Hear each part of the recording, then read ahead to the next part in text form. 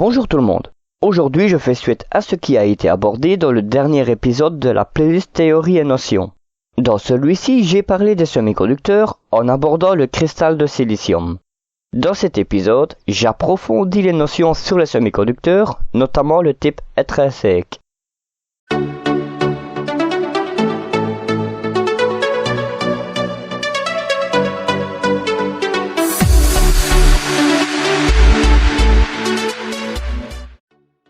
Qu'est-ce qu'un semi-conducteur intrinsèque et que veut dire intrinsèque? Derrière ce mot barbare se cache la pureté. Ainsi, reprenons l'exemple du cristal de silicium. Ce solide est intrinsèque si les atomes qui le composent sont tous des atomes de silicium. Ainsi, il ne contient aucune impureté, soit des atomes d'une autre nature, bien qu'en réalité, il en contient un peu.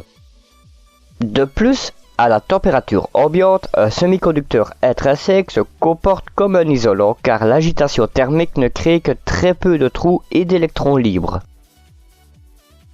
L'agitation thermique est le mouvement incessant des atomes. Plus la température est élevée, plus le mouvement est énergique. L'agitation thermique crée l'apparition d'électrons libres et de trous. Reprenons l'exemple du cristal de silicium, auquel est relié deux électrodes, une chargée positivement et l'autre négativement. Les électrons libres sont placés sur une grande orbite extérieure et sont poussés de la droite vers la gauche car ils sont attirés par les charges positives. Ainsi, il va se déplacer d'une grande orbite à l'autre afin de boucher un trou. Comme l'électrode négative repousse les électrons, elle a donc facile à détacher un électron présent sur une couche externe d'un atome, créant par la même occasion un trou. Suite au mouvement des atomes, les trous se déplacent également mais en sens opposé. De cette façon, l'électron libre, en se rapprochant d'un trou, ce dernier le capture et est ainsi comblé. En appliquant une tension à un semi-conducteur, l'électrode négative pousse donc les électrons libres vers l'électrode positive. Ainsi, il peut arriver que tous les électrons libres ne soient pas capturés par un trou.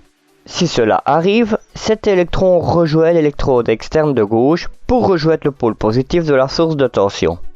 Aussi, les trous se déplacent de la droite vers la gauche. Cependant, lorsqu'ils arrivent à l'électrode négative, ils ne rentrent pas dans le conducteur externe. Ainsi, il capture un électron libre évoluant près de lui. De même, une circulation constante de trous et d'électrons libres est existante à l'intérieur du cristal de silicium. Par contre, il n'y a aucune circulation de trous à l'extérieur du semi-conducteur. De plus, comme il y a une circulation d'électrons libres dans un sens et de trous dans l'autre sens, on obtient ce qu'on appelle deux flux porteurs. Flux porteurs car les trous sont porteurs de charge positive et les électrons sont porteurs de charge négative.